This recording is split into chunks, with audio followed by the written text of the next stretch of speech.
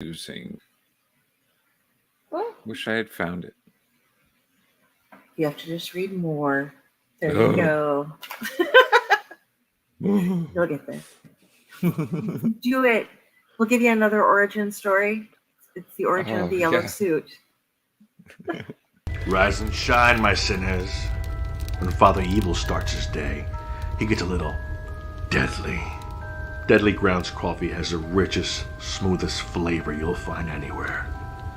It's sinfully delicious. Once you go deadly, you never go back. Order yours at getdeadly.com.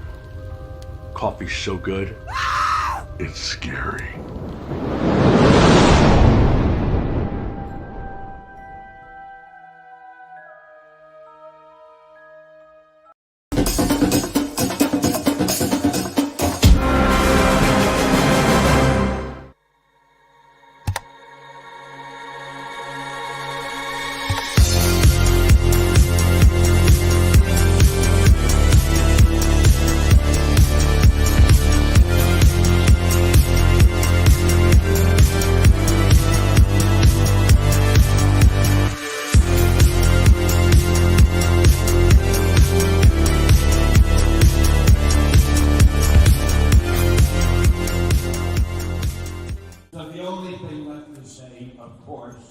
Is the one obvious thing.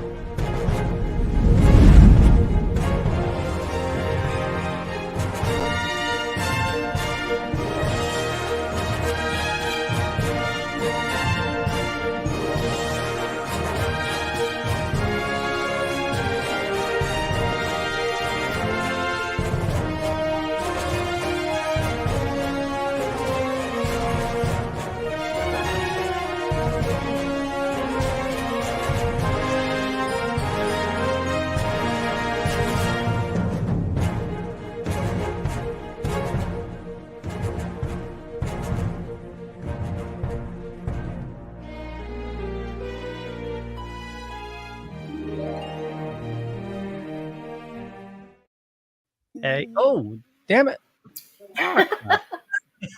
Hey, happy Tuesday, everybody. You are watching Splash Pages. My name is Leo. I'm the monkey behind the keyboard here. We have an awesome, fun, fantastic show for you, as always. And with us, Jar Jar. How's it going? Hey, it's just the four of us on a Tuesday night. Just the four of us. We're going to do the news all right. Just the four of us. Splash Pages. Just the four of us. No? Love it. Not feeling it? Hey, Kari. in other words, hey everybody, look what I found. A monkey for my keyboard too. You can sit there. Nice. Hey everybody. Yeah, welcome to Splash Pages. Splash Yes. Pages. Splish, Splash splash. Pages. That's what and it sounds like Tuesday when your nights. head's underwater.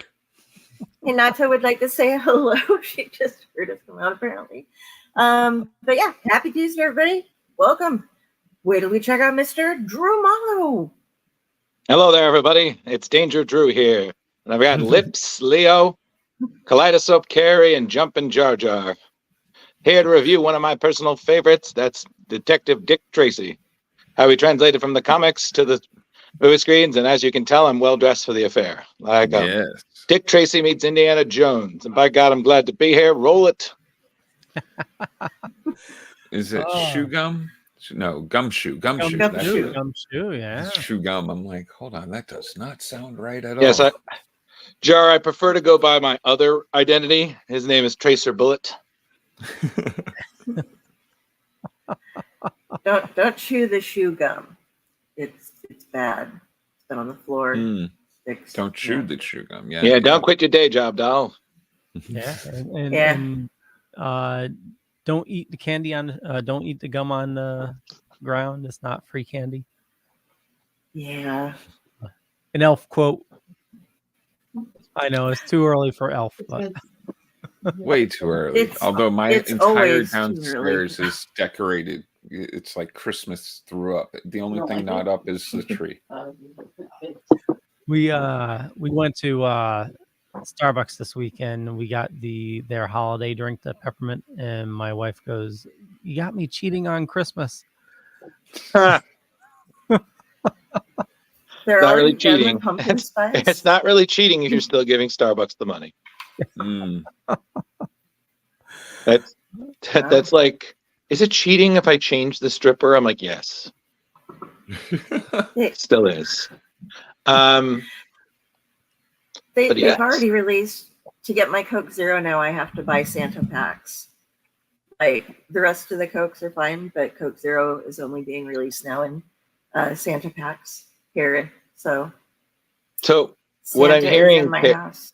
so Kari, what I'm hearing is you pay more, you get more, and you don't have to worry so much about going to the store for the refills. You go to refills? I have no What? idea. I have no idea. No, It's only been 2 days in the week, and I'm like, man, TGIF. It's like that Right. 30 Rock meme. Like, God, what a week. Lemon, it's Tuesday. What like- is it? Everybody at work is doing the same thing too. It was like this has been such a rough week to begin with. You know, it's happening for everybody. we did an emergency padded cell last night because everybody was going nuts, and we were on for 4 hours and 20 minutes, I think, by the time we were done. Are we still Always breaking my record. 4 hours and 20 minutes, huh? Yeah, actually, that's under Drew's record, but we did break it before when we went for 5 hours. Yeah, you That did. will But never happen. that was my first show with Kari in a group. We went on for 4 straight hours of nothing of substantial of benefit, but yet we went over a lot of things. And you'll have to watch that to learn the horrors that we gave name to. It's all nice swirling. to flush the system. Yeah. Jeremy, The you can't talk about flush the system because I created a horrible creation with 2 words: horror dildos. Hordiddles.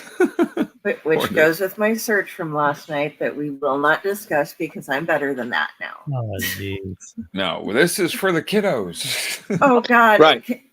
Leo, that went on for like 20 minutes. Yeah, because it was like people were having ideas and like branching. So, Leo, I Good did think evening, of you. Tom Dog. I did think of you recently because I heard about Superman and Lois. Oh, it got season 4 is going to be the last season. Yeah. Mm-hmm. Already, huh? Yeah.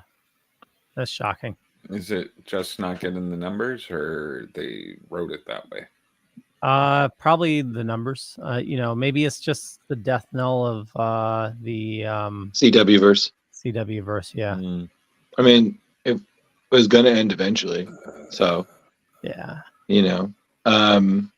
Well, some just- CW shows go on for way too long. Yeah. Like everything Supernatural. else. I mean, what? I'm sorry. Supernatural. Like, I'm probably Supernat- not the only one. seasons. No, Kari, trust me, we don't have enough time to go over that. Boy, do we not have enough time to go over that. We don't have 15 seasons worth of time for that. So, Drew, you're a Next Generation fan, correct?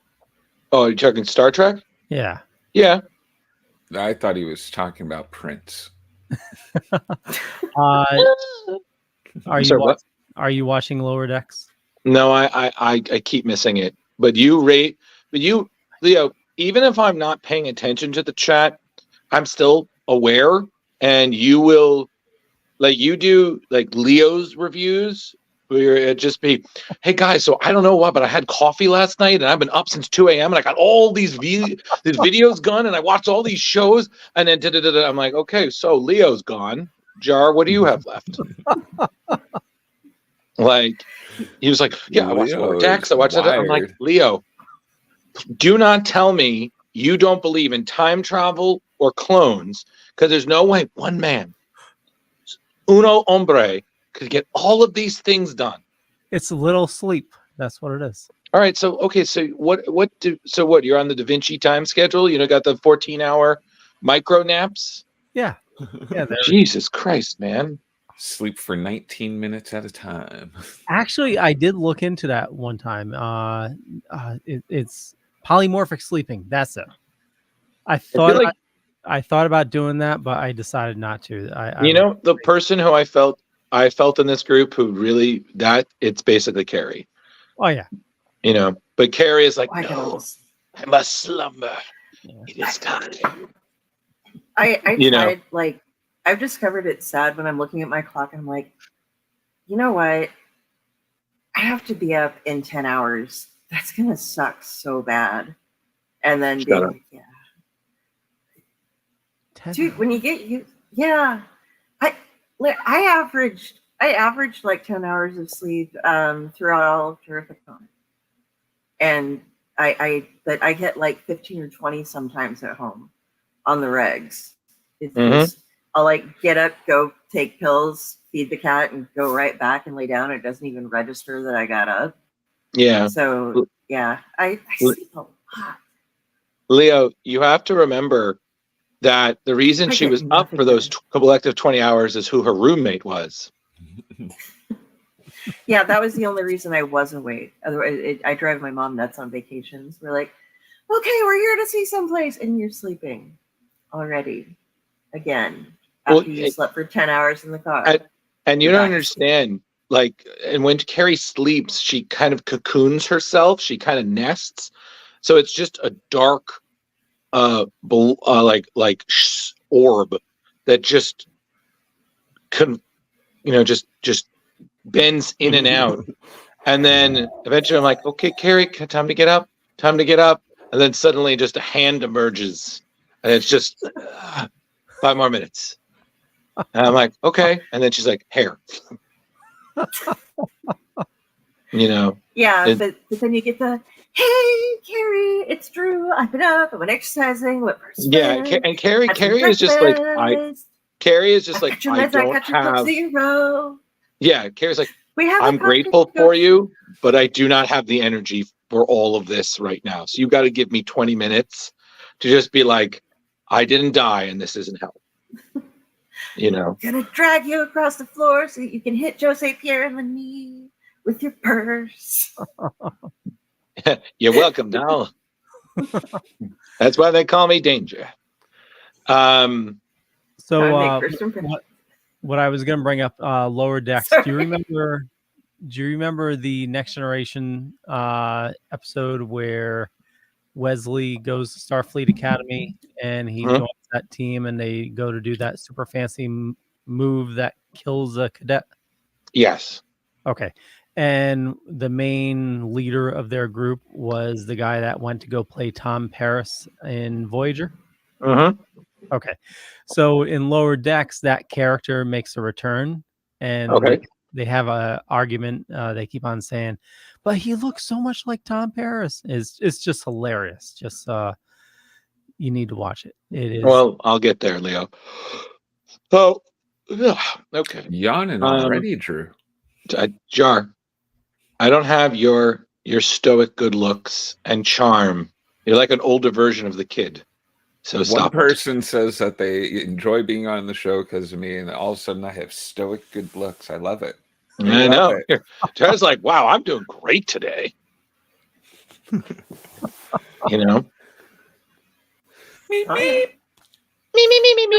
So, but before we get to that, Beaker, so Dick Tracy. I need to just prerequisite before we talk about anything this show. I've never seen the movie. Really? So this was a first watch for me. Okay. I know Kari had the same reaction. She was like, really? Like, well, really? Really? You're a youngin', so okay, can you not? Can you stop carbon dating yourself, Mr. Pond? Like you and Jar, like I feel like I should put my glasses on and be like, oh, hello there. Welcome to the Ginger Club. How are you? I'm wearing my glasses. I can see you guys. Yeah, there you go. I know. I feel like all I need to do is wear my glasses, and I was like, "Hello, welcome to 2020 Club." You know, where if you take where we operate on the Velma principle. If we lose our glasses, we are fucked. Just got to do the biting on the end. Yeah. Oh yeah, that's the other thing. Best part about Kari is this. She's like, I cannot see you, and I'm blind. She was like, I am blind, and I was like, Kari wakes up with daredevil vision. Yeah, but I'm nearsighted, so like reading things close, I have to like take off the glasses so I can see things. It's horrible. You know? Oh really? Yes. That's True story. Nice. I have to like sit there, hold it up close, tilt my head up a little bit so I read out the bottom of my glasses because I have progressives. But like I said, I've never watched the movie, and I've also never read any of the Dick Tracy comics. So we're going to get into that a little later when we're talking about this thing. But the one thing I heard is that one of our party did not enjoy this trip down memory lane. Isn't that?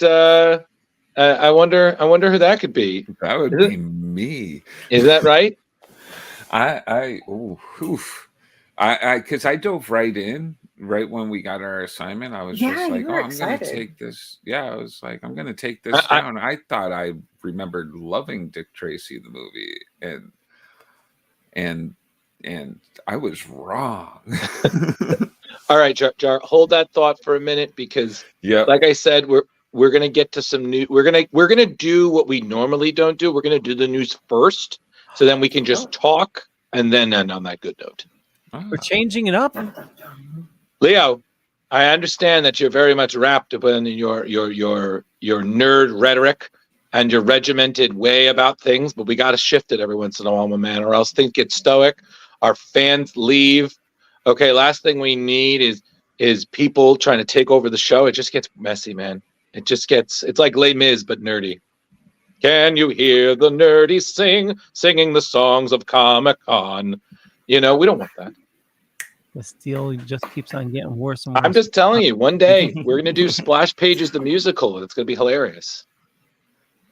Leo Punch. Shall we get to the news? You know, I'm just imagining how do I musicalize our intro? And then it's just going to be really funny.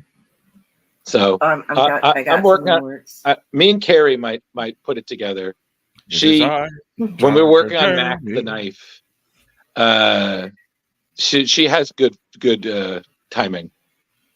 I've got the Muppets intro started or done. I've got. Jeremy, she wrote us a Muppet intro. Oh, I've seen it. Yeah, I've got us a number of different intros going. It's fun. I even sang it for her. I wake up after my 15-hour slumber and like, I shall write a parody for Splash Pages. What song today? What's stuck in my head? Okay. Yeah. You see, Kari, you have like, you know how like in Thor, you have the Odin sleep? You have the Kari nap. You know, you just wake up and it's just, I am whole again. I shall write, and then I shall read all of the books. I am the hair. Exactly. Kari I'm just the hair that is on the pillow at the night. Kari just gets the second you see the scrunchies, it's time. I'm the hair that is stuck between your teeth. You know? That reminds me. What are you doing? Did anybody see the Marvel's trailer, the final one? No, I didn't. Have you? I think I did. Yeah. I was confused. You were confused? Yeah, unless maybe I'm thinking of something else. It wasn't. It didn't have the girls in it. So I think, is there something else with Marvels involved, or the word Marvel? No, just came out? No, but the latest trailer starts off. It's definitely showing off like the legacy because it shows like Tony Stark, Captain America. But the internet is all buzz because there's one screen grab where there's a computer screen in the back. In the bottom right, you see what looks like an X logo. And then there's a character. No. Stop. One. No. Haven't seen it yet. And number two, until I see a school, until I see a uniform and until I see the M word, the mutants, not metahumans, mutants. No, I confirm nothing. I'm not confirming anything. I'm just saying the whole internet's a buzz because this one character in white walks by and everybody's freaking out. It's Storm, and it's not going to be Storm. Thank you, Leo. Thank you. Well, as a matter of fact, the logo, it could be anything with. It doesn't even look like a full X logo. It could be Excalibur for all we fucking know. It's a medical screen, so it could be like. It could be anything. It could be anything. So, I mean, this is the thing. I mean, don't you remember when we were doing WandaVision? Like, every character. So it's like, oh my God, could this be? I'm like, no, it's just a character. Yeah. I'm just saying that it's hilarious because it's just one screen grab and then everybody's freaking out because there's something that looks like an X and somebody in white. And obviously, yeah. You know what it is before we get to the news? Yeah. See, I'm taking off my jacket because I'm like, oh, it's time to get the news ready. All right. You know what it really comes down to? It's like how everybody, because the internet is a weatherman, or everyone who has a camera on their phone is a photographer, or everybody who has a laptop is suddenly a writer. You know what I mean? It's the same thing with nerd trajectory. Just because you are a nerd and because Easter eggs are plenty in the Marvel universe doesn't mean everything is. It could just be a small detail. Now, a lot of times they like referencing that because they know people are just checking out with a fine-tooth comb. But at some point, we have to be like, okay, whoa, calm down. It could just be an image. We don't know. Exactly. So I'm proud of you, Leo, because you've gone on tirades for months. I mean, God forbid it was an M. Leo, like, it's Mephisto. I'm like, oh, fuck you. It's Mephisto, Madam X. Yeah, we'll find out in a couple days anyway. I'm seeing it on Thursday. So that would be the same thing if you saw one of the Marvels with a sword. Jeremy like, He-Man, he's part of the Marvel. I'm like, it's happening. They're bringing all-star comics. I mean, they did combine He-Man and Turtles, so I mean, it could happen. They did. And they did. My God, I must be the only fan that thinks it looks horrible, because what Freddie Williams did a year or so ago, he had this whole concept to do He-Man or Masters of the Universe versus Teenage Mutant Ninja Turtles, and he did a bunch of concept art for it. Right. And it looked amazing. Well, like, yeah. Turtles as barbarians and He-Man with samurai swords and stuff like that. Cool. Like really dope stuff. And I don't know if you guys have seen the toys that they're putting out. No. But they look so chunky and clunky. Just I'm looking at them. I'm like, maybe I'll pick up Shredder. I don't know. You know what the thing being is, Jar? It's really hard to walk that line between nostalgia and then pushing toward new stuff. Like them releasing the Turtles as they were in the 80s. That's cool because it's a small detail that plays on nostalgia, but also kind of reintroduces that because you're thinking, oh, when the hell were the Turtles like that? Let me go look at this. Oh, there's a new omnibus. I can buy it. Bam. You know, it's not too crazy. But then, you know, it's when you try to do this all different interpretations, trying to pressure new ground. Again, not everything works. It's not supposed to. You're not supposed to love every version. But the hardest part for me is that they're coming with mini comics, which has an all new story. So it's going to be hard not to actually open the packages. Right. Because you're going to want to know what the story is. I really do. That's why you buy two of them. Don't do that collector shit. Oh, I buy one for display, one to collect, and one to open. And I'm like, so you're buying three. Tom, if you've ever seen Freddie Williams' concept art, it just far superior to what I saw for these toys. And don't get me wrong, I know I'm not no longer the focus for these toys anymore. Target market. Yeah, target audience. Focus. I'm not that one. Be honest. Yes, we are the target market. You know, because they're not. I want to be honest, but they missed me. Well, yeah, I know, but it's all the toys nowadays are focusing on, us elder dorks. It's not They going really after are. parents anymore. It's Yeah, going it is true. Like, we are the target audience because we're the nostalgia heads. Yep. We're like, oh, I remember when this was, I'm gonna go make a PB&J and get a glass of milk and I'm gonna enjoy this. And Your 6-year-old then doesn't people like care. Kari are like, oh, the horror. No, it's your 6-year-old doesn't care that it has 54 points of articulation. But you do. No, they really don't. You totally do. You know what it comes they'd down be to? happy with the McDonald's toy. And we're like, and I'm saving up $1,200 so that I can get this limited edition Ghost Rider that was cast in copper. I have twin 5-year-old nephews that every time they come over, they want to come check out my room. So I make sure to have a toy for each of them that can be opened. No, Jeremy, that you need to call that what that is. That's called bribery. Oh, it is. It's That's like 100%. And they love Uncle Journey. Well, yeah, you keep listen, I'm telling you, man, the second you cut them off, oh, it's going down. It's like cutting off a meth addict. They are just going to become monsters. Like, so enjoy being the golden god for right now, because when you fall, brother, it is gonna you will be the ginger demon. They'll be going to the bathroom and they're gonna hold each other up so they can get one of the comics off the ceiling and start coloring it in, Oh yeah. And just wait for him to find it. That day I will choose violence. Jerry's like, honey, bring me the sword. Yeah, those by the power. Your nephews are done. They're not mine anymore. So we're almost at the half-hour mark. Keep the padlock on the door. There is a padlock on the door already. He's ready. So I love you. I think we should, especially because we got still some ground to cover. I say we just get the news done, and then we can talk about Dick Tracy for the rest of the time. We can. We'll kick it off right now. I think this is the first one because I don't know. Is that a blonde Punisher? Yes. Yeah. So timeless. No, this is not timeless. I'm sorry. We're out of order here.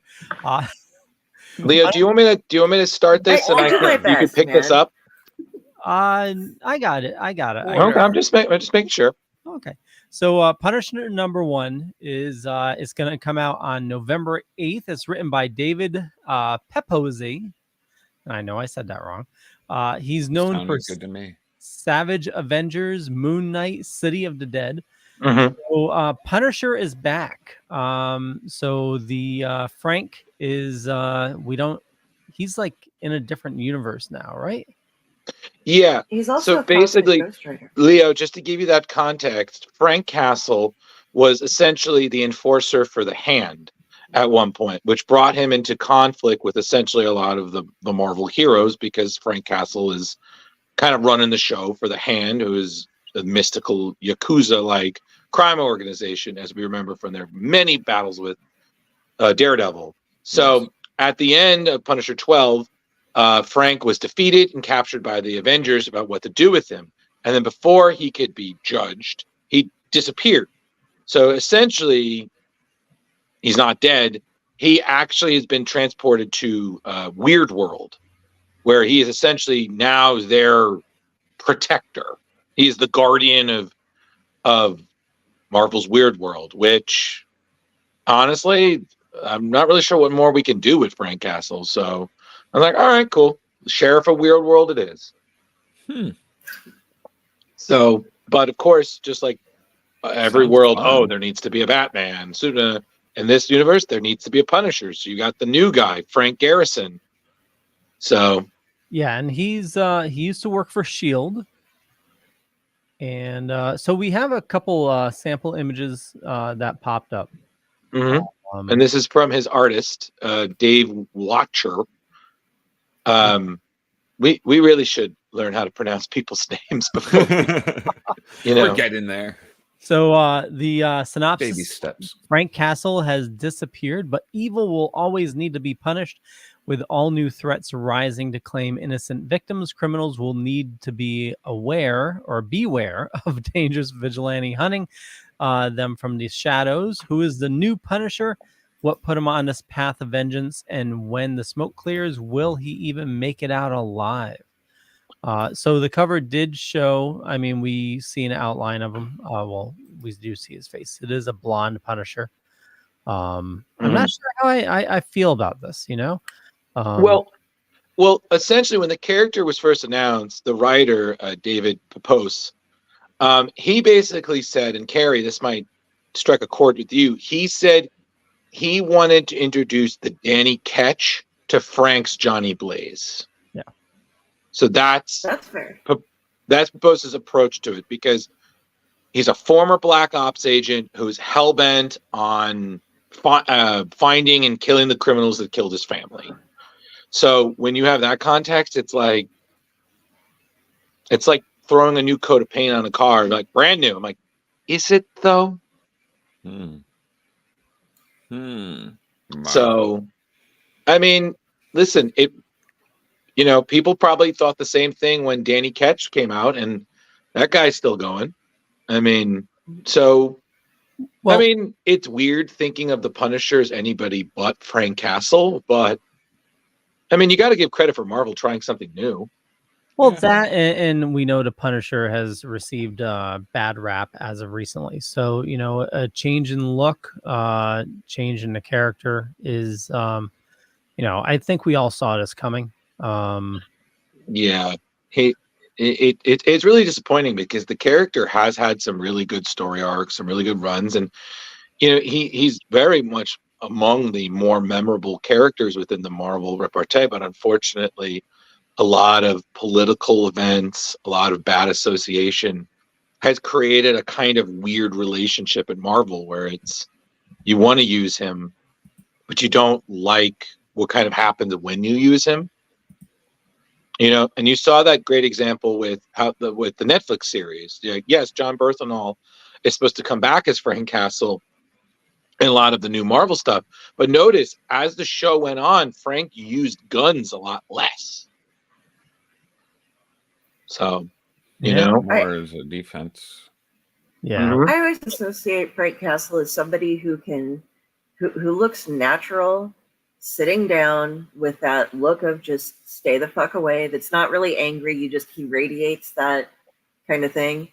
And he looks perfectly well sitting at a table with a bottle of Wild Turkey and a glass that he may or may not be using. And this guy looks more Wolverine. Yeah, so it's specifically Wild Turkey though. There are just certain things that go together. Logan can have pretty much anything, I think, on a bottle. Well, it would be a bourbon. Beer. Yeah, I don't see him drinking beer. Yeah, maybe a beer. I don't think I can see him drinking wine, but this guy looks a little bit more like maybe a vodka guy. I don't know. But it's worth a change, straight up or on the rocks. For me, I always felt Frank Castle. I would have loved to have seen what a conversation between Frank Castle and John Wick would have been like. I feel like that would have been a wonderful conversation because they're both these very versatile killers who somehow, despite amazing odds, always seem to come out. Just wrote a what if, Drew. You're welcome. What if Frank Castle met somebody? What the hell? Friggin' Drew is a mind reader because he wasn't on yet. We were talking about John Wick before he came on. Yeah. There you go. The new friggin' Mark Wahlberg trailer dropped.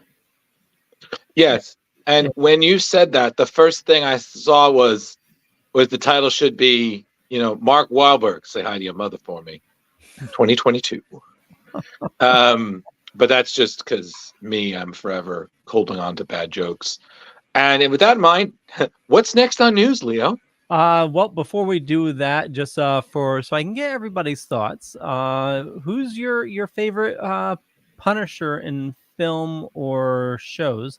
Dolph Lundgren, Thomas Jane, there. Ray Thomas Stevenson. Jane was really good. So was Ray Stevenson. Or John Bernthal. One of the first three. I'm probably going to go with Ray. Ray? Yeah. That one was the one where they were like throwing people through walls and shit, right? Yes. Yeah, that was. I'm sorry. I'm gonna give. For me, it's a tie between Tom Jane and John Berthenol, because Tom Jane was a better Punisher than people gave him credit. And if anybody argues that, I got 2 words for you: dirty laundry. That short, yes, was just. I rewatch it every once in a while, and I have never looked at a whiskey body the same, because I was like, you could take out 6 guys with this goddamn bottle, like fucking hell. But then John Berthenol did a wonderful job with Frank Castle, where I think he really got the trauma down.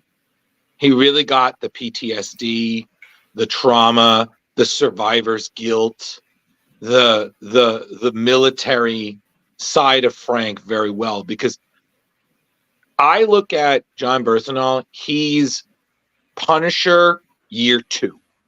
He's still very young to it.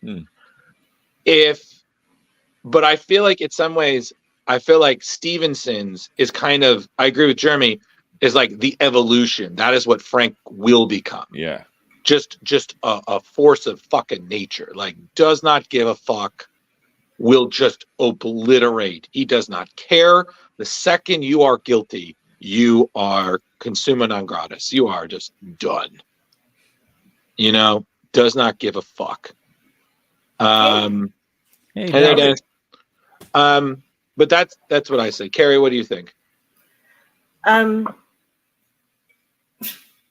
Put down that wine. God damn it.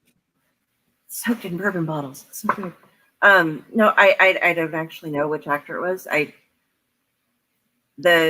The only Punisher I remember watching, because I've only watched one movie, and that was the one where he lived in the apartment building full of misfits and was like their protector and sat there and drank the wild turkey, and then in the end, I think he blew a bunch of cars with the. It's Tom Jane. Okay, so there we go. That's my Punisher. Cool. And Leo, since you asked it. Yeah, I go with Tom Jane. Definitely Berthol is a close second, but I go with Tom Jane. And you know what's the sad thing is, when you rewatch the Dolph Lundgren movie, you realize visually he looks the part, but the rest of the movie is garbage. Oh yeah, but that was 89. So yeah, like the only way he's even the Punisher is because he throws that knife that has a skull on it, and I was just like, you don't like driving a motorcycle through the sewers. No, although I did like one line from that Punisher movie, which I thought was pretty good, which was, Frank, what do you call killing 100 men? Practice. I was like, that's a Frank Castle line. Yeah. You know, but I got love for Dolph Lundgren just because he played He-Man. I'm like, I can't help it. No, you love the guy. I got an autographed picture of him back here. Yeah. Love him. I'm a nerd. I just found that weird that we're talking about this. I just found a Punisher shirt in my room. Like, I was going through all the black t-shirts, because, I mean, you guys have never seen me outside of a black t-shirt, I don't think, except my Comics Paradox one. But one second, Kari. What's a comic dub? Is somebody club, in the I chat think. just? Comic club. No, I'm assuming. Well, he says no, that's a dub. Yeah. So I'm assuming just reading it. Kind of like what we did with Batman. Oh, really? Oh, okay. They did a round table? Nice. Oh, yeah. Joe, nice. hey, listen, they animated it. Yeah. Oh, wow. Dennis, send us a link. Please do. Yeah. We love but that. it's Joe approved, everybody. So that man, who again we have to thank for being such a good sport with our Halloween intro, was hilarious. Oh, that was awesome. Yeah, that was beautiful. Jeremy, I particularly enjoyed your costume of the nonchalant Soul Eater. You know, Soul Eater. Yeah, I did Ginger, Austin. Soul Eaters, Oh, gotcha. Yeah, because we had Demogorgon Pumpkin Face over here, and then you had Bat Carey, and then you had the Stay Puff Mollo Man, and then you had Jeremy the Gorilla Soul Joe. Eater. So it was like, and then we had Mighty Joe Young, so it was perfect. So, and if you don't know what we're talking about, you should really watch our show every Tuesday. So watch the show. Yes, but every Tuesday, folks. Leo, Back to the news. We've bantered enough, Leo. Let's move on to the next one. Oh, this is me. It's me. Hold on. I got notes. It's me, Jeremy. All right. So in 2024, DC Comics is set to continue Dawn of DC narrative with the highly anticipated launch of Titans Beast World. Yes. I know, right? The series, crafted by the creative team of Tom Taylor, Ivan Rice, Danny Miki, promises to be a pivotal event with far-reaching consequences for DC's publishing agenda in the coming year. The story commences with Titans Beast World #1, scheduled to hit stores on November 28th. As the Necrostar, an immensely powerful being with a voracious thirst for conquest, awakens, the Titans and coalition of DC's most iconic superheroes band together to confront this existential threat. An unexpected twist emerges as Gar Logan, known as Beast Boy, employs his transformative abilities to combat the colossal star-shaped cosmic entity. Now, the series debuts issues.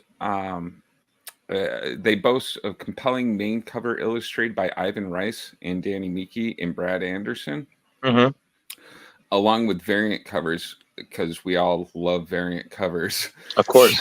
by Bruno Redondo, Bjorn Berenda, Stanley Artgerm Lau, and notably Bjorn Berenda will be contributing variant covers for all 6 issues of Beast World, which will eventually form a cohesive connecting image across the series, where I kind of fall in and I'm like, oh, okay, maybe variants aren't so bad. So connecting covers is what does it for you, Jar Jar. It really, that, or they're also doing lenticular covers for this series. Yeah. Which is, that also pulls me in. I bought when DC did the first one, Forever Evil. Right. They did. I have every single one of them. Yeah, they were pretty cool depending on the art. I did have a couple of those, and I will say they were pretty cool. I mean, listen, I have to say this as a fan who's been really enjoying Tom Taylor's run on Nightwing and then his stuff with Titans. I'm so pumped for this. The artwork looked gorgeous. I mean, Ivan Reese or Rias. I'm not really. Again, Splash Pages will get better at names in 2024, but till then, I mean, his work is always gorgeous. Green Lantern, Blackest Night, Jeff Johns' run on Aquaman. I mean, the man could do it. So the second I found out he was the artist, I was like, this shit is gonna look gorgeous. And then all these images that we just saw are just beautiful. And then even the variant covers. I mean, look at that, really that Wonder Girl. It's stunning. My guess her belly button. That must be the art germ. That's the art germ one. Yeah. Her costume is so detailed you can see her belly button, which seems really large, he's good like that. And then you got that's I think the Bjorn Berens, and then the last one that's awesome. Bruno Redondo. I'd recognize his art style anywhere. I think I want to see what Bjorn's the whole connecting cover looks like. Yeah, and then especially Necrostar. I think they've been hinting that essentially Beast Boy will basically turn into a Gar version of Starro the Conqueror to fight Necrostar, which is just crazy when you think about it. That's a huge form. I'm just like, wow, this is going to be big, especially since the Titans are right now the Justice League for the DC universe. Yeah. So I'm really excited to see it. Check out. Although I gotta say this, you guys notice there hasn't been a lot of DC news besides Schmotham War.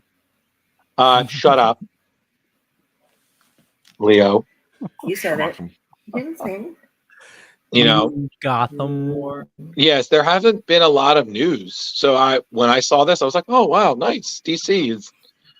Well, they're holding back for their cinematic universe, I think.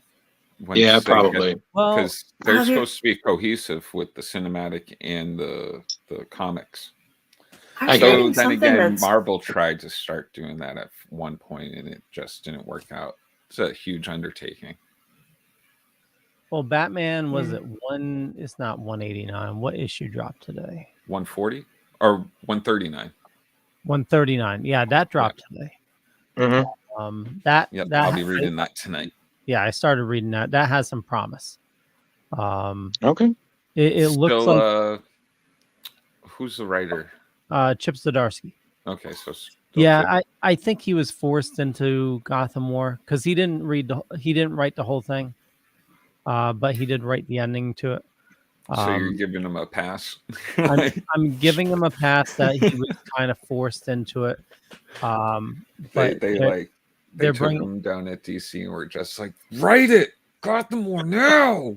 Yeah. I think he's using it as the whole Gotham War as the a way to separate Batman from the Bat family. So I mean, Batman is like on his own now. I mean, Leo, you're dadding the DC universe right now. It's like, okay, you're at a pass, but DC, don't do that again. You're on thin ice, buddy. Don't You know, make speaking me of turn Zdarsky- around. Chip released another issue of Sex Criminals a while back. If you are subscribed to his newsletter. You Oh, can hop wow. over I and did not check know out. that. Yeah. So, I got to finish you know, that. news Zdarsky. Yeah. You ever finished it? No.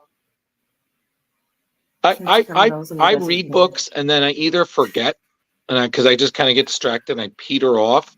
But I'm kind of like a human boomerang. I'll find my way back eventually. Just I take my sweet time. Okay. You know. There was also a Gary special edition side one. So I just also realized I look like an ad salesman, like or an '80s dad. Just looking at the tie and the shirt, I'm sipping from a cup. I was like, yeah, it was good times. Yeah, good stuff there. that's some Hey, volume let's I keep could going be with the a news, 50 Mr. small. Bond. Yeah. Oh yes. All right. Okay, so There's this a lot going is on. this is the Marvel Blood Hunt event, and this is going to be the next major event in the Marvel universe that's going to take place next year. It's to be based around vampires with a healthy dose of the other supernatural elements that we already have in the Marvel universe joining in. They announced it at New York Comic Con, but there's going to be a new central title by writer Jed McKay, who's currently writing The Avengers, Moon Knight, and Doctor Strange, along with artists Pepe Larraz and I want to say Garcia, but it's Marie Gracia, who seems to have, and it looks to have a lot of vampires rising, as well as a bunch of heroes. They're fighting for world supremacy. Well, the vampires are, but heroes don't want world supremacy. But we should expect a number of tie-in issues as well as other series coming into this. Most likely The Avengers, Moon Knight, Midnight Mission, Doctor Strange, Miles Morales, and Blade, and then a couple of other new limited series and one-shots to redefine the status quo. And we're going to learn more about this on the 2024 Free Comic Book Day releases. So there you go, Ooh, folks. Free Comic Book Make Day. sure you get up there. Free So- Comic Book Day. So We're all going to have to celebrate. So DC did vampires, so now Marvel needs to do it. Basically, Apparently. And I just want to add one of Marvel's events because we have another storyline that talks about another event. All right. Well, this is one of Marvel's major events. It's the vampire one. That's what I care about. So there, Leo. I just need to say this. I feel like a lot of the times, minus Tomb of Dracula and most Blade stories, I feel like anytime Marvel does vampires, it does not go well. Like I remember they did Usually that not. back with the X-Men crossing over with like Dracula back in the day. They even did an Ultimates arc that had vampires trying to take over the Ultimates universe. And I just remember each time reading it, and I was like, this is okay. But it's never like, oh, wow, vampires. Yeah. That's cool. I was just like, Morbius. yeah, exactly. Like, not like a minute. Night So I was like, Stalkers. Still a big suckers. It's Morbin time. Okay, Leo. Oh, sorry, wrong. Leo. Wrong. You thing. better give me the next news article. No. He's like, we got some comments to go through. Oh, gods. Okay, so this is one of mine.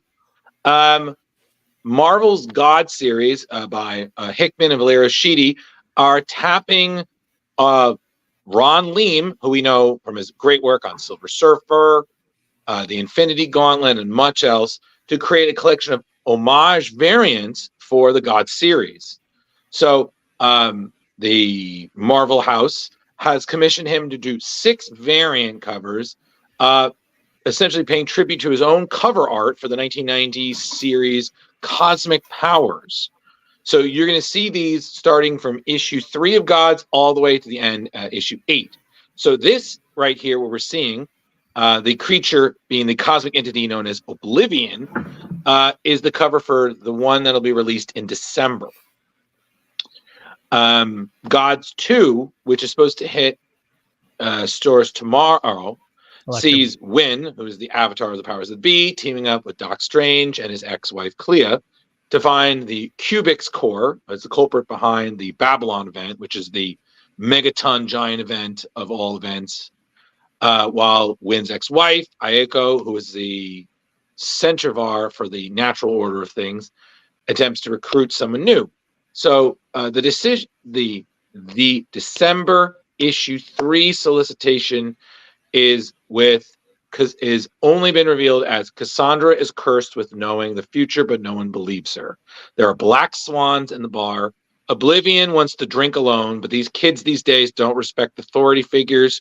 Most of the ingredients are illegal outside of Hell's Kitchen. So black swans are, of course, a reference to characters that we saw during Hickman's run of Avengers. I believe one of them was an entity that joined Thanos and Namor's version of the Illuminati back when they were dealing with incursions, which was, the Earths colliding with each other from parallel worlds. Listen, I've been following Gods, and I have to say the first issue was really solid. It was good. Hickman does really great work. I haven't paid much attention to his X-Men stuff, but things like Gods and especially his work on the upcoming Ultimate Universe, I'm very excited about. So I'm always down for giving great artists like Ron Leem more work. I've met Ron. He's a fantastic artist. He's super friendly. And it's also a reference to work that he did back in the 90s, which I'm always down with. I never even knew that there was a series called Cosmic Powers. But the thing with these variants is we're going to see other powerful cosmic entities: Living Tribunal, Master Chaos, Lord Order, Infinity, and Eternity. So I think it's a win-win. So yeah. No, I enjoyed the first issue. I can't wait to read the second issue tomorrow. There you go. Yep. The first issue was really easy to follow, even for a person like me who doesn't know a ton about the Marvel Universe. Mm-hmm. I think they did a great job. Absolutely. So definitely add that to your list, Kari and Leo. I already read it. I'm there. There you go. I'm on it. I'm catching up. I still need to read the new Ultimates also. You do. Here. You do. Both of you need to. Kari's caught up, and she agrees with me. They're doing some cool stuff, man. And we also got Raz to get started on a new comic book. In the comments, is he doing Immortal Hulk or regular Hulk? He's gonna start with Immortal Hulk and then move on up to the new Incredible Hulk because it's built off of that. So yeah, especially a horror fan like Raz is really going to love the horror elements in Immortal, and especially what Philip Kennedy Johnson is doing with Incredible is just more up that alley. So more power to you, horror comics. And God issue 3 on sale December 20th. Issue 4 will be January 24, 2024. And like I said, God's issue 2 tomorrow. So check that out. Woohoo! Awesome. So we were talking about Marvel events. There is another Marvel event happening next year, and it is being kicked off with Timeless #1, which is coming out December 27th. Mm-hmm. So this is written by Colin Kelly and Jackson Lansing. Man, they're everywhere, man. Yeah, and art is by Juan Cabal. Mm-hmm. So it's going to be glimpses into the future of Marvel for 2024. Essentially, we're going to be seeing the end of this event, where it's going to be an evil Moon Knight powered by Stark technology, is battling the last superhero, which happens to be Power Man. And Power Man has the Iron Fist. He also has the power of the Hulk and one other character. The Sentry. The Sentry, yes. Yeah, and well, that's the thing. And on top of it, I mean, his adversary, the immortal Moon Knight, you got Stark Tech, you got the Eternal Machine, and you've got Moon Knight power, all combined into one entity. I mean, that's a hell of a villain. So naturally, if it's Power Man, which again, we can't even say if it's going to be Luke Cage, it could be somebody else. I mean, it obviously looks like Luke. Yeah. But obviously this is in the future. And Jar Jar, you asked, how did that happen? Obviously, you got to read all of Marvel next year, because they're only telling us what is happening. This is like the end battle, and then all of 2024, we're going to find out how it got that way. And also, for everyone's edification, they've been doing Timeless as kind of setting up the next year of events. It's kind of like the bookend. They did it, I think, 2 years ago, and this is the third one of the Timeless ones that we've seen. So it's pretty interesting. And the first two were written by Bloodhunt's Jed MacKay, so you had that continuity. But this year, the golden duo of Lanzig and Kelly, aka Hive Mind, as they like to call themselves now, who I feel like we've seen everywhere this year. They were on Captain America. They're on Guardians. They're doing The Outsiders for DC. They're doing books. Like, you got to give credit there when they're everywhere. They're everywhere, my man. Like back in the day when you couldn't open a book without finding something next to it that Brian Michael Bendis wrote. I didn't mind that. I like Bendis. Yeah. Enjoy it while it lasts, Terry. Before we get to the next news item, I meant to say this earlier, but I saw something this week that I thought of you, Jar Jar. We keep on mentioning variant covers. Looks like DC has decided to do a series of variant covers with utilizing the McFarlane figures. Oh. So the McFarlane figures are doing like they have a... Do you have an image? I can... Hold on. Oh, no. They got Batman Frozen. They're doing Fighting the Frozen comic. I feel like Leo does this thing where when he's like, "Oh, let me do it." Yep. Gonna call this, everyone. We're gonna call these segments "Scrolling with Leo." It's a POV of what it's like to be on Leo's computer. Doop doop doop doop doop. Okay, so these are all the variants for this week. No. Focus on the one you need. That's how I need to find it. It's a variant cover. So we have let's see. There's the Bane one. There's a cool Superman one as well. Yeah. Shazam! Hey, Leo, are you one of those people that has 16 tabs open in your mind and you don't know how to close them, and one of them is definitely playing music? Yeah. Cool. Yeah, I had a feeling. Okay, That's so interesting. Yeah, and the Superman one's pretty cool too. Can you close up on it? Yeah, can you we can see it, but can our audience see it? Okay, that's kind of cool. Yeah. I mean, I wouldn't buy it, but I can admit that that's cool. And this is back for the new Superman 78. Superman 78 is back. Right. Superman 78? Yeah. No kidding. Yeah. Nice. Yeah. The Metal Curtain is the storyline. Right. Oh. Okay. So yeah, just wanted to share that. I thought of you, Jar Jar, because comics and toys, you know. Because you think that's what Jar does with his toys when no one's noticing. He does his own little covers. I used to have them go out into the fields and play with the plants. Have you seen what Dan does when he's writing Daredevil? He takes out his little characters and he'll pose them and make them do things. And then, like, sometimes when he's putting up elements of the script on his Facebook page, there'll be like a little Daredevil figure, like in an action pose, doing what's being written on the script. And he had one recently where he was like reading a book and he had him posed, and it was like 48 pages. My hands aren't that strong. It's so cute. Oh my god, that is pretty cute. Chichester's just like, action figures, help me right now. So it's like, yeah. Leo, next, please. Action figure powers activate. No, what you're thinking is Action League now. Thank you. All right. Okay. Jar, this is you. Yeah, hold on. Gotta get it. Okay. Commencing a thrilling 60 years. Can you believe 60 years since 60 years?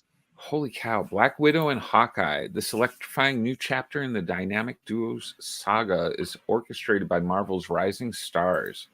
The story unfolds through the creative genius of Stephanie Phillips, renowned for her exceptional work on titles like Contest of Chaos and Cosmic Ghost Rider, while Paolo Villanelli, currently crafting Cosmic Wonders in Captain Marvel, Dark Tempest, brings the artwork to life. This explosive 4-issue series delves deep into the duo's shadowy history of espionage, interlacing it with the recent developments, including Natasha Romanoff's intriguing alliance with a symbiote. Oh, God. Is it symbiote or symbiote? Symbiote. Yeah. Okay, we are doing symbiote. Mm-hmm. Damn you, Marvel. Wait, Black Widow is going to be with the symbiote? She's bonded with a symbiote right now. Yeah. What? In the eyes of a hawk and the venom of a widow, Black Widow and Hawkeye's unwavering bond shines through even in times of utter mistrust, as their paths at times veer in different directions. When Clint Barton becomes the center of controversy, accused of a rogue assassination attempt, igniting tensions between the U.S. and Madripoor. Natasha Romanoff, now equipped with a symbiote, leaps to his aid without hesitation. As the echoes of their shared history reverberate into the present, it will take every ounce of their faith in each other and the lessons they've learned along the way to protect uncertain futures. But yeah, it seems she is now connected. And what better weapon for a super spy? I think they're overdoing the whole symbiote thing, but like with her, I liked the Venom they did where he was a spy. I thought that was a great idea. Agent Venom. Yeah, Agent Venom. That was really cool stuff. So I think this is a good idea. Maybe overplayed, but might bring some life into Black Widow. I agree. And on top of it, I think a 4-issue series is a perfect amount of length. You can tell a good enough story with that. And here's the thing. If it gets a lot of success, they'll keep it going. And that's how a lot of really good series started. It was, that's how Spider-Gwen started. It was one shot, but it was so big that it then got a 4-parter. And when that sold out, then it got more. So honestly, I agree with you, Jar. Like, the Venom thing is 100% overplayed. But this, I'm like, okay, you know what? I might check out issue 1 just to see what it's about. Yeah. What do you guys think? I really love the Kari, relationship between.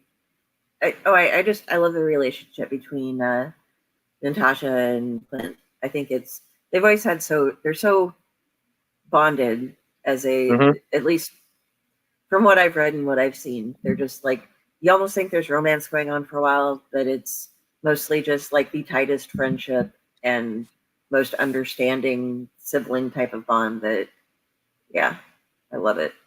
Agreed. So all I got to say, Jar Jar, you said their relationship reverberates? Reverberates through time.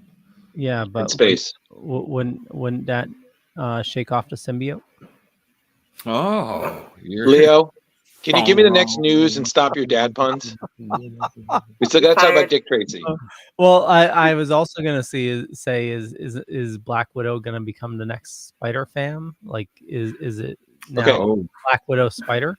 Leo, That, stop. hey, it fits. She's a Black Widow, so Leo, stop being like Gretchen and trying to make Spider Fam work, okay? It's not the new fetch. So roll me some news and stop it. Okay, break out the 20-sided dice. Here we go. We'll roll this. Here we go. Kari, All right. Harry.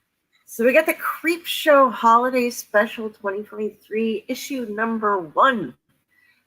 Way back in 1982, we had the release of the movie Creep Show with George Romero and Stephen King behind it. And then we got the Creep Show comic trade paperback, which is the first comic I ever read, by the way. It was in my library in my small hometown.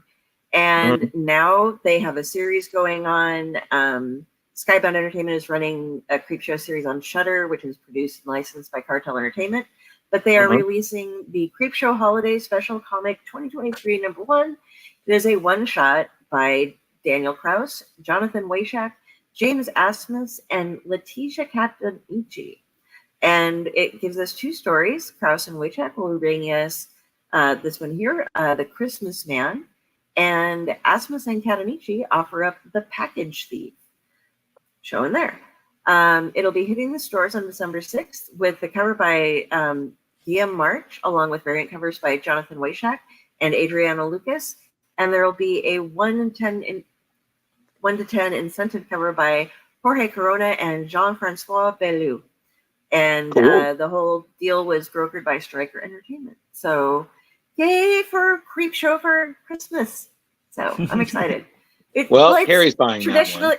Okay, I'm a storytelling person, and traditionally, like, Christmas was when you brought out the horror stories. It's the dark time of the year. You get everybody scared. You do everything. That's why we have, like, all the traditions of horror stories at Christmas. That's why we have A Christmas Carol. It was written because that's what you did at the time. So you got to bring out the horror for Christmas. Well, go for it, Drew. No, I was going to say, yes, Carrie, that is an old British tradition that on Christmas or around Christmas Day time, you would read ghost stories, which Christmas Carol a lot of time fit that bill. And also it's another reason why Mike Mignola, he releases a Christmas issue or like a Christmas anthology, has been doing that the last couple of years where it's Christmas themed or holiday stories around that time. So continuing that tradition of spooky stories for the holidays, and hey, why not?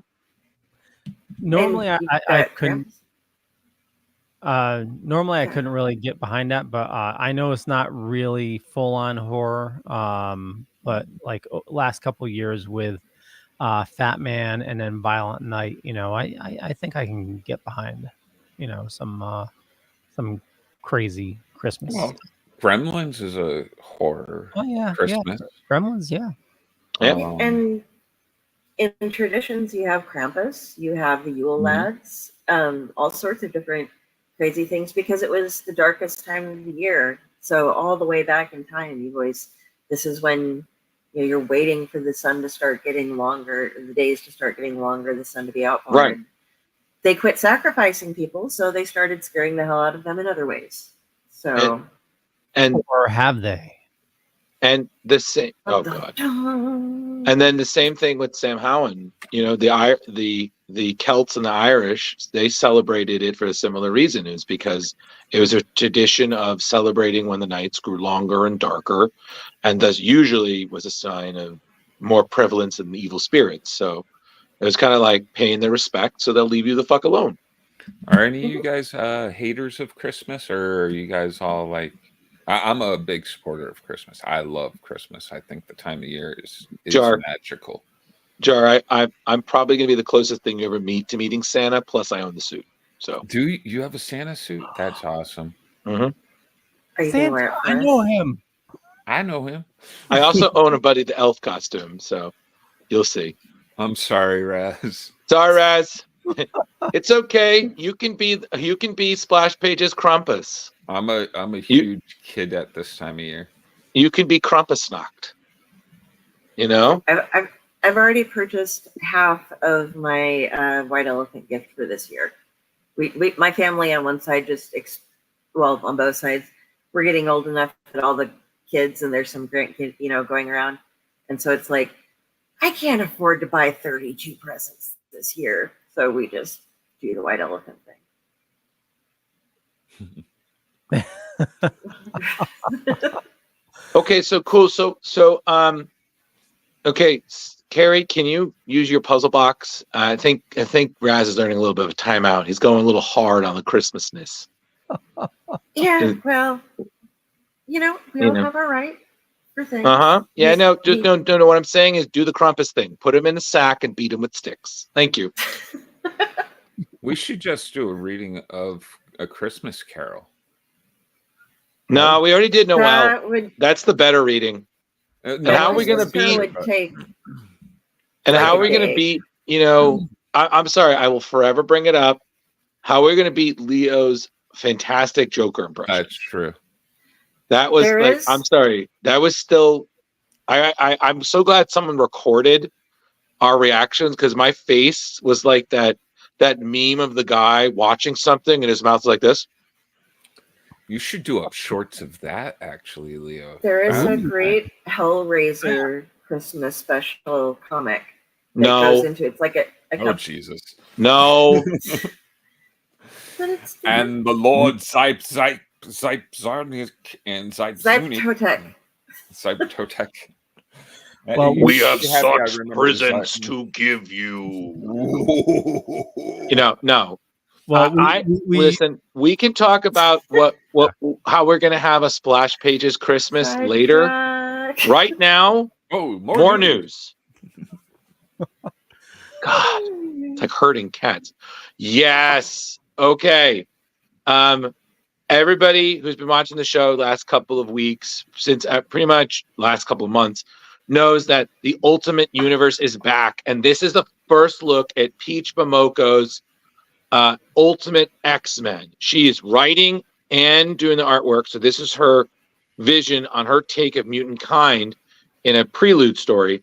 And that right there is the design sheet for 2 of the series stars. A new version of the X-Men, who we know as Armor, and another hero who she helped create, Maystorm. So the synopsis, of course, is Hasako Ichiki is a teenage girl who just wants a normal life. Go to school, hang out with friends, ignore the political strife boiling after the events of Ultimate Invasion, but life, of course, has other plans. In Japan, urban legends have begun springing to life and bring some new and unusual powers with them. Meet Armor, Maystorm, and a group of new Ultimate X-Men, the likes of which have never seen. So those who may recognize Maystorm from Peach's X-Men 27 New Champions variant. So that was her take on the Storm protege. So it was essentially the first time we saw a new champion make the transition to the pages of comic. And it was completely unexpected. She was made for the new variants, new champions variant cover program. Momoko liked her design and just wanted to tell the story. And, the Ultimate Universe being a place where you can tell those kind of stories that you don't have to worry about continuity and whatnot is the perfect place. So March 6th next year, we're going to get Ultimate X-Men issue 1. It'll be the last book out of the 3 titles that we've already seen announced. The first one being January with Ultimate Spider-Man. Then the second one, I believe, is February with Ultimate Black Panther, and then Ultimate X-Men. Again, I'm very pumped by this, and I'm really curious to see what Peach's vision of the X-Men is going to be, especially since she's doing both writing and art. So those are always pretty dope. So and this will be a big collector issue since she's doing both of those things. This is absolutely. Like I mean, I'm already down for my shop getting all 3 series just to see how they go. So Marvel is my version of The Godfather, just when they thought I was out, they pulled me back in. What's her name again? May what? Maystorm. Oh, I thought you were talking about. Shouldn't it be Definitely Will Storm.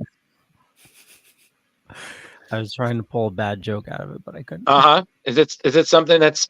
Are you sure you weren't going to say, "Oh, should it be SHIT Storm"? No, and I was like, get out. No, I was gonna say, shouldn't it be April Storm and her April sister Showers. Flowers? Okay, Leo. We don't have time for your BS right now. Get with the next news story, and I swear to God. Although, if we got to remember her, if Mitch asks us again who to get at his show, I've got to meet this person because they seem to be taking the comic world by storm. Like, yes, big every time something hits with her, there's like big news around it. So, and for all of you who haven't yet read, well, first the entire first Ultimate series, series, and then go out now, read Ultimate Invasion and the Ultimate Annual. It's the Ultimate what annual? It's Ultimate Just Universe. the Ultimate Universe. Ultimately, okay. Yeah. It's so good. Oh my God. Even if you didn't like the Ultimate before, you're going to be like, oh, you did. Oh, that was sly. That was slick. True story. It's got some of that going for it. So sorry. Okay. So, Leo, is there any more news? There's one last news item, and it happens to be mine. And a Blood Phoenix. I like that. That is Mark Brooks's artwork, and by God, he's just getting better and better every year. You know, doing all the clips that I have been, it's just funny to listen to Chris Claremont talk about like these characters that were supposed to be like a one-off. Like Phoenix was supposed to be a one-off, and Krakoa was supposed to be a one-off. And no, I'm sorry, that is one of the best starts to a clip I've ever seen. You just bring up Krakoa, and he's like, "Don't even get me started." I'm like, the Claremont shade. So X-Men Forever is a 4-issue series. This is going to be starting in March of 2024. It's written by Kieran Gillian and art by Luca Maresca. Yes. Kieran is the co-creator of Dr. Aphra, and he's also a Hugo nominated for The Wicked and the Divines and Glass Media Award for Young Avengers. So he's Dr. quoted Aphra's from Star Wars. Yes. Correct. Yeah. And Leo, he also did a lot of work back in the early 2010s with the X-Men. This is about the time when they were they had that island Utopia. So he did some of that Uncanny X-Men story arcs. I know because I've met him. I know it doesn't surprise anybody. Really pleasant guy. Very nice. And I also will say his work has only gotten better with time. So it's really nice to see him kind of back in the X-Men universe, especially kind of from what I understand, Leo, this series is kind of answering a lot of lingering questions that we've seen from Immortal X-Men. And this is, of course, during the fall of the House of X era. Well, so here's the synopsis. Haunted House of X. How do you kill a digital god? What do you do when the Phoenix is bleeding out into nothing? There's been questions that have haunted you since the end of Immortal X-Men. Finally, some answers. There's also been some questions that have haunted you since the start of Immortal X-Men. Finally, some answers for that as well. And so Gillian's been quoted as saying, X-Men Forever is Luca and myself doing a coda to Immortal X-Men, a requiem for the Krakoan age, and generally setting fire to all time and space. It's the manipulative hand in the steel glove that the rise of the powers of X. By the time it drops, you'll be wondering what on earth is going on with certain characters, and X-Men Forever will give you all the answers. And Rise of the Powers of X is the series that's kind of going to be taking place following the fall of House of X, essentially explaining where they're at and where they're going to be going in this new direction, since especially like we've said, the Krakoan age is pretty much over. So where do the X-Men go from here? Yeah. So, So if you're an X-Men fan, looks like 2024 is going to be hot for you. yeah, it's gonna be yeah. pretty cool. Yeah, and that's our March, right, Leo? March 20th. Okay, cool. Yeah. I mean, I don't really have much interest in the X-Men world. I mean, right now the only book I'm reading that's even involving that is the Spider-Man series with Nightcrawler, which is pretty fun. But beyond that, don't really care. But good luck to them. How quippy is? I haven't read that series. How quippy is Nightcrawler? Because it seems like when you become a Spider-Man, you have to have the like quip thing going on. He's doing pretty good. Does he do it with an accent? Still, does he like? I mean, he tries, but of course, Kurt's. Well, hold on, Kari. He only does it in an accent if you read it in an accent. That's true. That's actually that's accurate. Kurt Wagner, the Munich Circus. Listen, I think we're about down here. I think he's doing a really good job. Cy Spurrier is doing the story for it. I think he's doing a really good job. I love Kurt in this new light. I never thought I'd see him as a Spider-Man. For me, the stuff with Orcus is very strange because I have no idea who the fuck these guys are. So I'm like, oh, I guess, it's just another shady company that's just hating on mutants. I was like, yeah, because we haven't seen that before. It is what it is, but I just enjoy the story for that. And then the fact that he runs into Silver Sable and there could be a romance there. But that's all I'm going to say. Read on. But correct me if I'm wrong, Mr. Pond. Is that all the news we have for today? That is all the news. That's all the news. All right. So we just said the news today. Oh boy. Wow. It only took us almost an hour. I mean, what? But Dick Tracy. You can close your eyes and make it. Oh yeah. So we are doing. We're not going to watch it right now, but you're a real Dick Tracy. We're going to talk about the comic versus the movie. Mm-hmm. And so, Drew, this was your first time watching the movie. Yeah.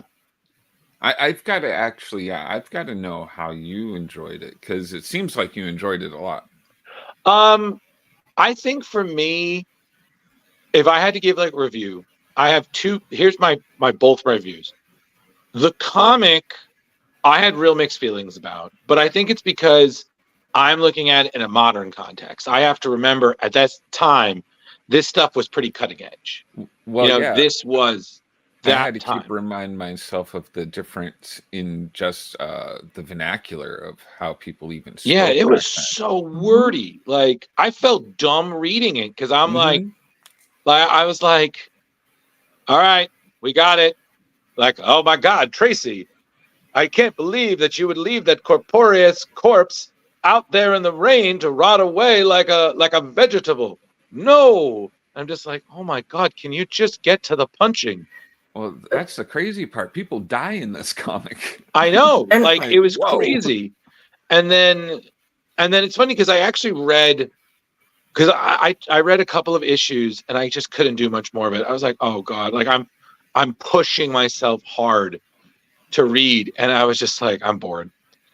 Retelling that the Allreds, that would be Mike Allred and his wife, did for Image, I believe. It was Image or Dark Horse. I'm not really sure which one. I think it was Image. In 2018, that was Dick Tracy, Dead or Alive. So it kind of had some of the same characters. So I got to really understand them.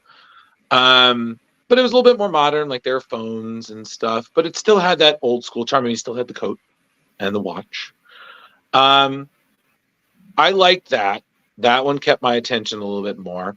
But the movie, I was like, why do people not talk about this more often? Like, this is actually a really great, in my opinion, I thought it was a really great adaptation. what caught me was the visuals. I was like, the attention to detail in the movie was beautiful. And again, I did the research. I know that this is one of the few last times that they used paintings for background, because after that they started using CGI.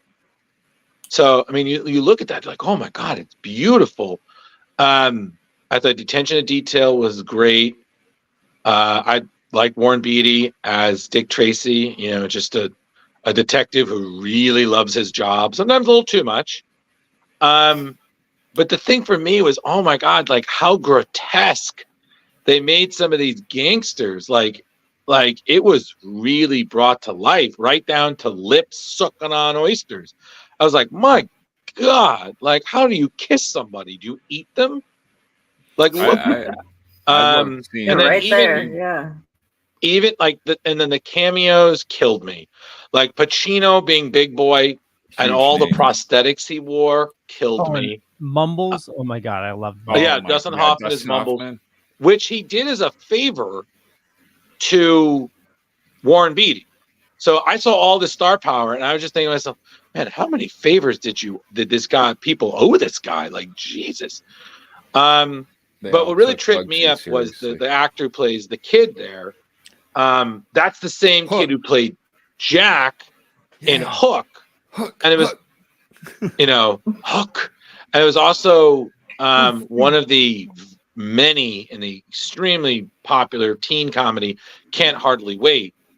And then he eventually quit acting, and now he's like a lawyer with a degree in, what was it, Kari? Degree in physics?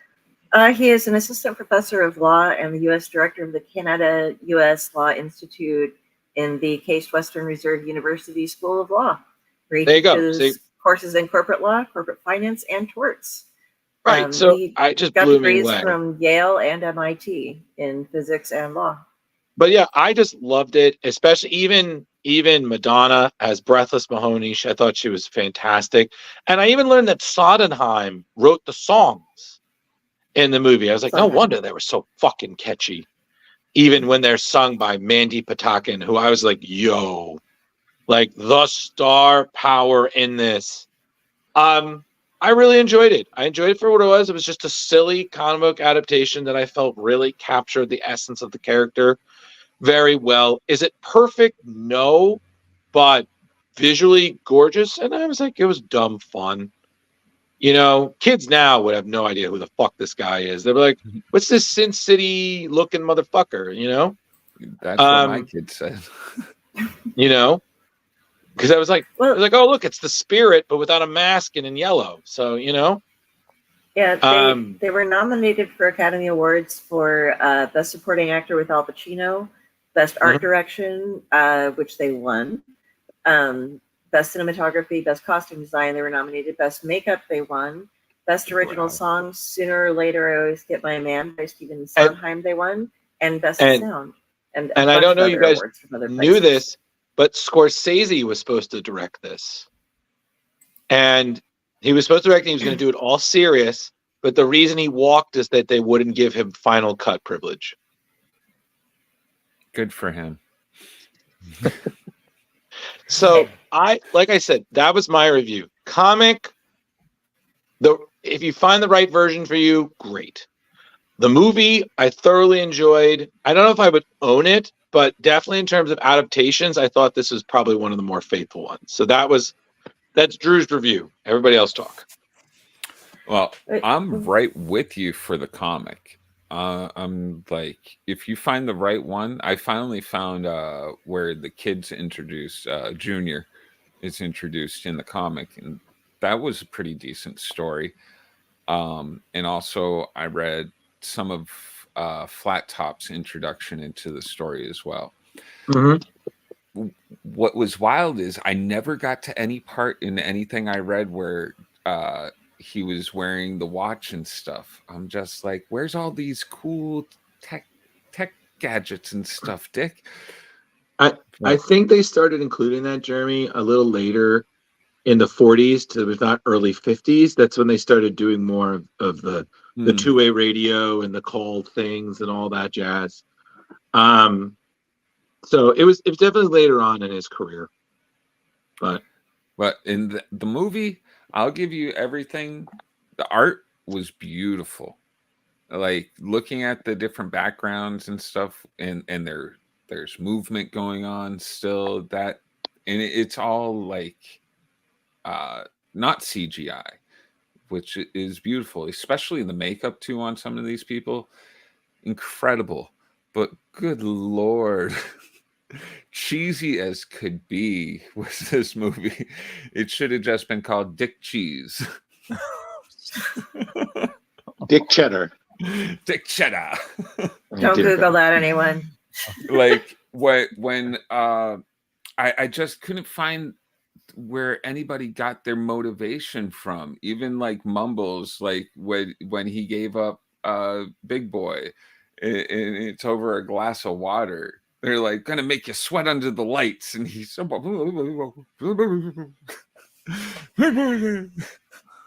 I loved how they caught him in that, and how much he was acting, because you're just like, oh, he's just, and he was just saying that, you can actually understand. He actually is saying something. He's not just. I could have just seen this as a Mystery Science Theater thing, like totally just in there with a few friends busting chops throughout the whole thing. I wish I had you guys like here sitting watching with me, so we could have just been like blah blah blah blah blah blah. Yeah, Tracy. I was still dealing with how many cameos of celebrities. Like at one point I saw Jimmy Kahn and Kathy Bates, and I was like, what parallel universe misery is this? Oh, and the principal from Back to the Future. Yeah. And even Dick Van Dyke shows up. I'm like, yo, man, the kid's wearing his hat. I'm like, yo, if someone says step in time, I'm done. So I don't know, Kari, Leo, what did you guys think? Go for it. No, we were talking about it last night, and Jeremy was like, oh, hey, I'm like, maybe it's not going to be as good as I remember. And I don't think I enjoyed it as much this time around, but I still didn't see anything really wrong with it. It was corny at times, but so is the comic. And so it was like staying true to stuff. When I read the comic in my head, though, because I'd started reading that when I was a little one over at my grandparents, I'd read it in their papers. And I have the, like, when I'm reading the different gangsters, some of the, like, especially just the small town thug kind of guys are like, yeah, see, come over here. See, he's got a copper with him. He's talking a tail. And so that was always going on in my head. And they didn't really talk like that in here, but that was kind of how it went. But I always loved it when I was a kid, because it was like, and I've brought up this example a couple of times when we were talking about it. They write the secret codes to each other from jail in milk with a toothpick from they get it with their meal, and then they write a secret message and send it to somebody, and you like heat it up. And so my grandma would let us do that, and like the lemon juice and pencil trick and all the different things. But it had all the fun gadgets and the things that, like, when you're little and you can figure things out and the way they do it, it kind of makes sense to you. And it also does have something for the adults to read, like there's an actual plot and stuff, but it kind of had multi-layers of fun. And it was a little bit more complicated in the movie, which is good, because if you would have taken the straight comic and gone just directly to the movie, it wouldn't have been that great. I was reading a lot when I did we did a bunch of reads on this, by the way, guys. We had there's so many years of Dick Tracy. It wasn't like we're going to read all of it. We just kind of chose different parts that we wanted to. And reading about the kid's mom and things that they blackmail her and stuff was really some of the various villains in the comic. That's where I latched on and kept reading for a while. And that was really cool, I thought. So, I mean, it wasn't as good as when I was a kid, but I still enjoyed it. I appreciated when they killed somebody off. That person was dead. I was like, oh, yeah, shit, this isn't comic books. No. Oh, yeah. And that's another thing I will say is that learning Danny Elfman did the music for this one as well. I was like, yeah, I'm definitely feeling some Batman vibes. Oh, yeah. Like there were some moments where I was just like, is there a crossover between the Shadow and the Batman and Dick Tracy out somewhere? Like, what the hell? Well, even in the final battle in that Oh yeah.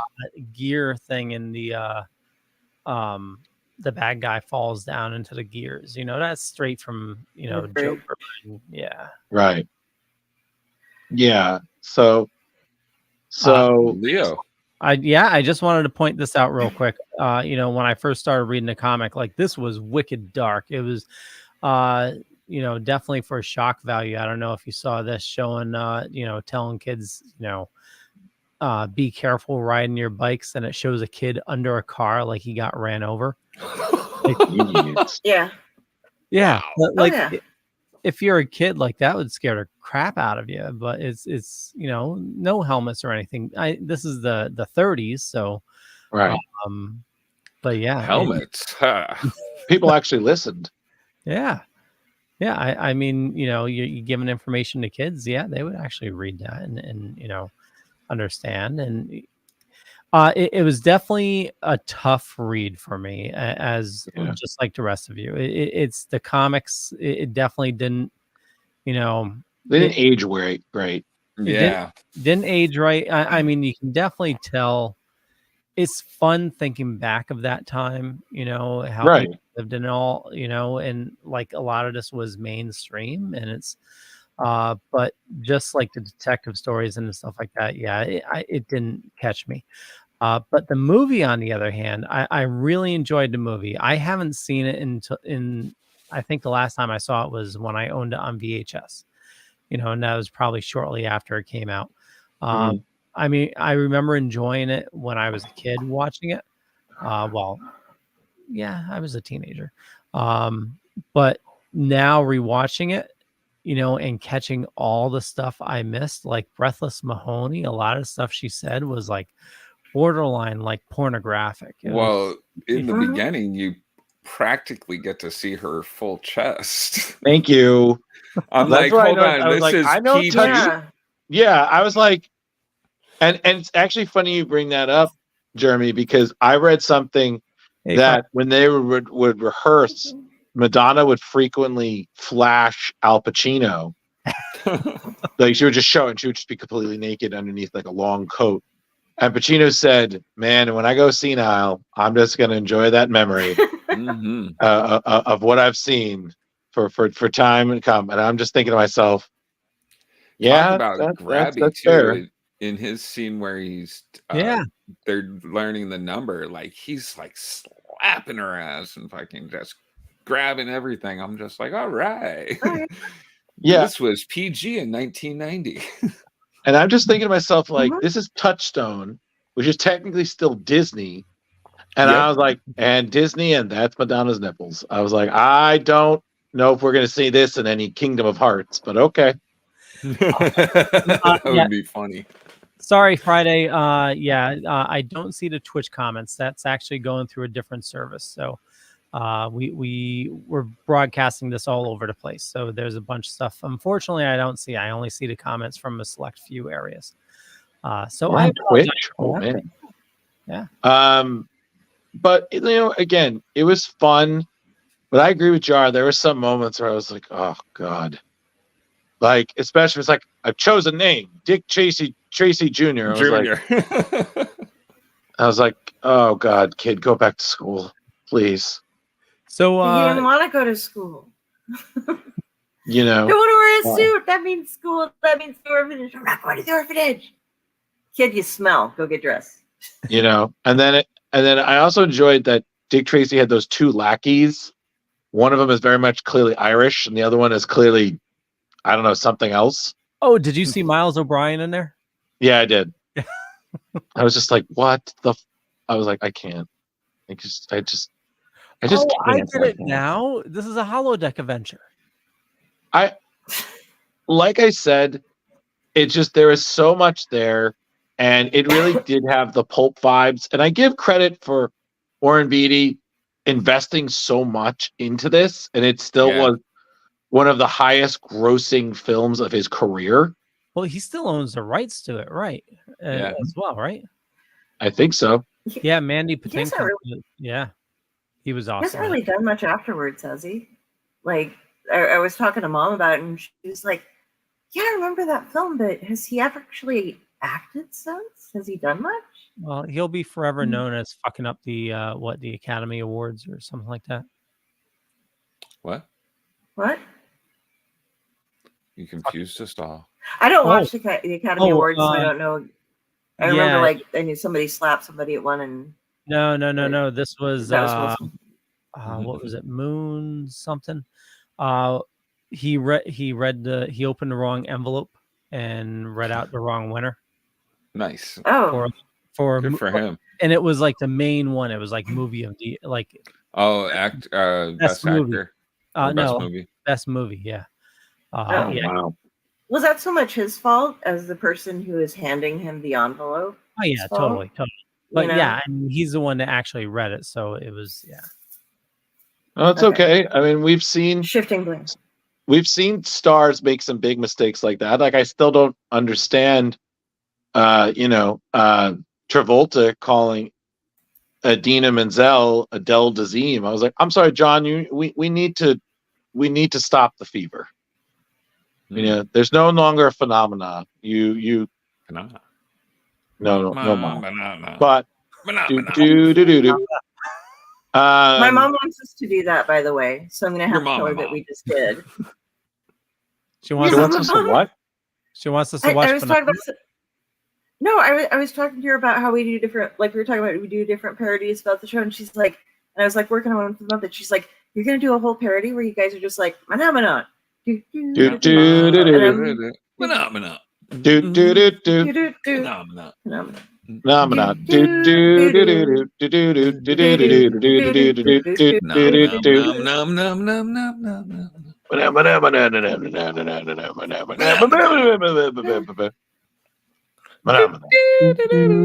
I remember when they did that for Muppets I could Tonight. do this all Send that night. to my mom now. I remember they did that for Muppets Tonight with Cindy Crawford, and she got really into it to the point where she was just like phenomenon. She's just head banging and everything, and Kermit and the puppets are like, the hell? Yeah, it was awesome. It was pretty great. I'm not gonna lie. And we learned it was cancer the whole time. Get out. Bringing it back to phenomena. Get out. Yeah, that's what we did. And we're listening to Art Bell. Phenomenon. Get out, Jeremy. Phenomena. Get out, Carrie too. Phenomena. And then there's still Drew trying to say good night, everybody. It's Splash Pages tonight. No, but no, like I said, there's not really much more I can say. Like I thought, while the comic is very much a product of its time, and unfortunately does not age as well as some comics have. I thought the movie was fairly accurate, beautifully done. I also kind of find it funny. I feel like it's kind of been forgotten, and it's kind of surprising because in terms of comic book adaptations before Marvel and DC owned the market, it was pretty close. Yeah, so they kept it to 7 color palette through the entire thing, and I love that. The doors match the hat, matches the outfit, matches the booth, in the reds and stuff like that. Yeah, but I don't know. I don't know. Is there anything really more to say? Not really, no. If you haven't watched it, go out and watch it. There you go. It's I think it's on. You can watch it for free, like on Tubi or something like that. If you don't own it, obviously probably just find it on YouTube. Yeah. Well, at this point, there you go. Yeah, and YouTube might charge you or something. Screw 'em. But yeah, but for the most part, I'd say we liked it. It's not a perfect movie, as Jar would want to remind everybody. Yes, it has its flaws. It has its cheese. Got an ultimate cast. It's got great art, and that it sticks so well to the comic. Those are three really good things going for it. If you've never seen it, you owe it to yourself just to see it. I agree with that statement. You should see it yourself at least once. Well, you know, also, if you think of that era, I mean, the comic book movies, we talked about all three tonight.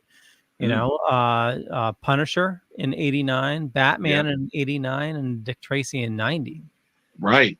It was still a really unexplored genre. Totally. Yeah. You know, because a lot of times, a lot of the nerd stuff was really TV. You know, the Incredible Hulk show, and you know, other things like Spider-Man or all that, where they tried, but by God, we weren't there yet. No. We were. Did we have Fantastic Four yet? No, that was 81, 82. Talking about Roger Corman's version, right? Yeah, I think that was the 80s. Oh, okay. Because we still weren't there yet either. No. God, we really weren't.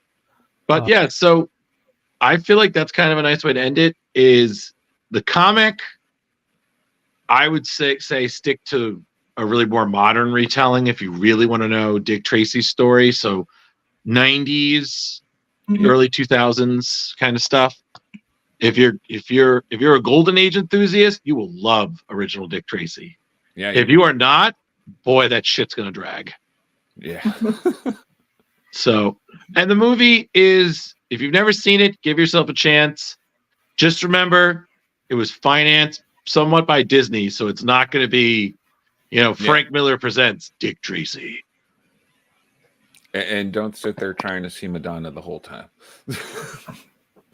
She did. I thought she did pretty good through it. Oh no, she did great. Well, yeah. I was impressed. As well as any other person in the movie.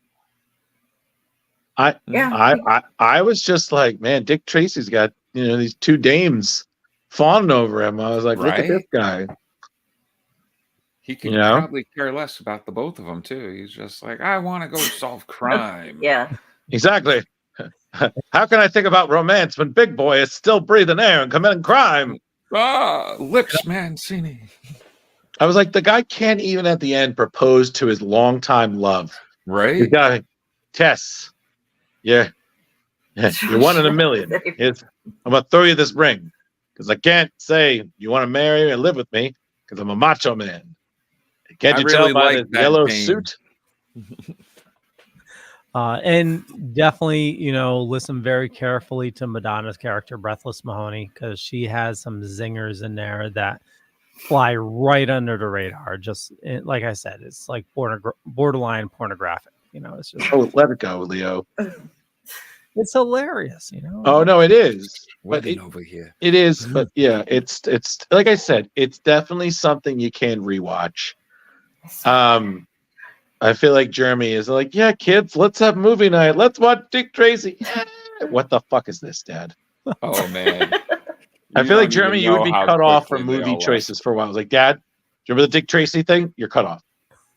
Oh, they know every time that they're gonna sit down and watch a movie with me that it could end up being a real stinker, or it could just be really like I want to sit them down to watch Cool Hand Luke, but I don't know if they can handle black and white.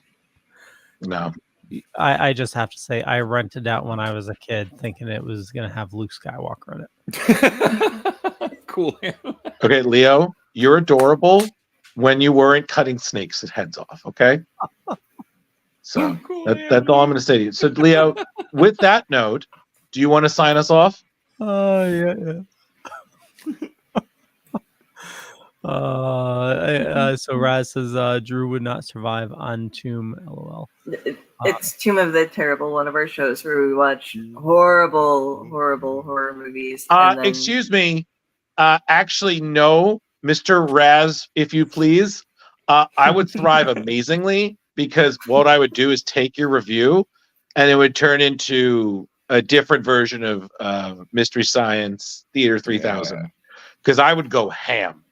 Okay, I would go ham with some crackers on that shit. So, Q. I love you, Q, though. Leo, sign us off because I'm not okay, taking any more of this. I want to thank everybody for watching this fine evening. You know me, just Google me. You'll find a bunch of stuff. Could be true, could be not. I'm not going to say which is which, but I run the Dorkening Podcast Network. There's a ton of awesome people doing a lot of awesome stuff. So head on over to thedorkening.com. You can learn more there. And we'll kick it off with Jar Jar. Hey, it's the end of the show. We got to go. Check out this show every Tuesday at 8. Friend me on Facebook, Jeremy Courtney. Comic book lovers, buy, sell, trade, and auction house is a great place to go buy, sell, and trade all your wonderful nerd stuff. And the re-education of Nancy Ann Ritter. Check it out. Do it wherever you can find a podcast. It's there. Woohoo! Woo! Kari. Hey everybody. You can find me at Kari Sanders on Facebook. Spelled like that. If you see a crow, that's me. Myself and Ratatosker are not only on splash pages here on the Dorkening, we are also over at the Owlite Network, where we do a lot of different storytelling shows. We're on every Sunday at 8 p.m. Central, 9 Eastern, doing some sort of storytelling thing, whether we're interviewing somebody or just having a group of people sit around and tell stories. We do that. We do the Chamber of the Terrible that we were just talking about on Monday nights, and random other fun things that we have coming up in the next season. So catch me here, catch me there, catch me wherever. Read my stuff. I actually write things. I'm published. You can find everything around there. So very cool, Mr. Drew. That's it, folks. You guys know everything that's already about me. I'm Drew. Scrolling. I'm here on Tuesday. You can look at the bottom of the screen if you want to hit me up on Instagram, because they will remind you every time of what my name is. I'm here. I'm there. I'm really busy working on stuff. So if it takes me a minute to get back to you, it's not you. It's really me, as in, wait your goddamn turn. Love you all. Bye. Well, it's time to face the music and hit the lights. See you later. Bye. good night, everybody. Good night, everyone.